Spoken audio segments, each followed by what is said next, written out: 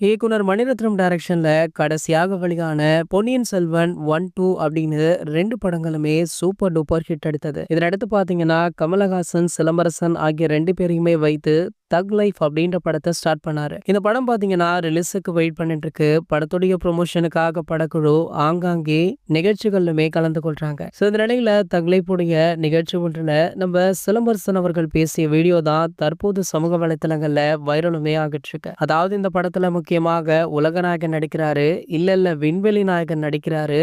அவருக்கு முன்பாகவே super star Rajinikanth அவர்களை பற்றி சிம்பு அவர்கள் மேடையில் பேசியது தற்போது பரபரப்பையுமே ஏற்படுத்தியிருக்கு. அந்த வீடியோவுமே சமூக வலைத்தளங்கள்ல வைரலாகி வருது அப்படின்றதுமே குறிப்பிடத்தக்கது. சிம்புவுக்கு தக் லைஃப் மட்டுமல்ல, இதனை தாண்டி மற்றும் 3 படத்துடைய அதிகாரப்பூர்வ அறிவிப்பை அவருடைய பர்த்டே ஸ்பெஷலாக ரிலீஸ் பண்ணாரு. இந்த நிலையில தக் லைஃப் முடிந்த கையோடு தற்போது அவருடைய மற்றும் ஒரு திரைப்படத்துல ஜாயின் பண்ணிட்டாராம். இதற்கான ஷூட்டிங் அடுத்த வாரம் நடைபெற உள்ளதாக சொல்லப்படுது.